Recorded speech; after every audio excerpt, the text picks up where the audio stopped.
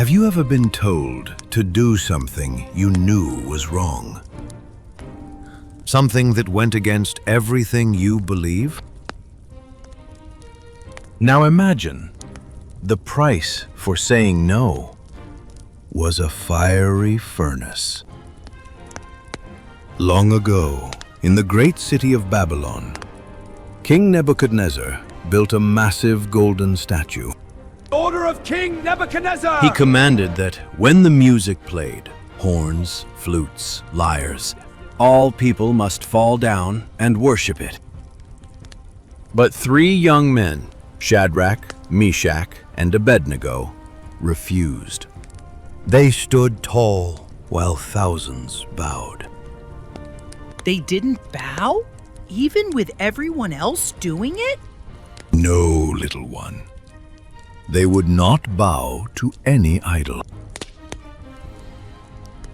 The king was furious. He summoned them and gave one final chance. Bow, or be thrown into the furnace, heated 7 times hotter. O Nebuchadnezzar, we do not need to defend ourselves. If we are thrown into the blazing furnace, the God we serve is able to deliver us. But even if he does not, we will not serve your gods or worship the image of gold. Why didn't God just stop the furnace from burning them? Sometimes he calms the storm. Sometimes he calms the child in the storm. The guards bound them and threw them into the roaring fire. But the flames were so fierce, the guards themselves were consumed.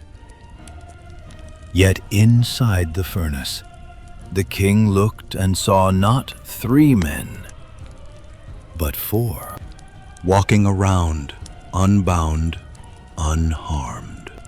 And the 4th looked like a son of the gods. But weren't they scared? Terrified. But courage isn't the absence of fear. It's fear that obeys God anyway. Shadrach, Meshach, Abednego, servants of the Most High God, come out. They stepped from the flames untouched. No smell of smoke, no singed hair. The king was astonished. He praised their God and promoted them. And so, my dears, the fire doesn't have to be removed for God to be with you in it.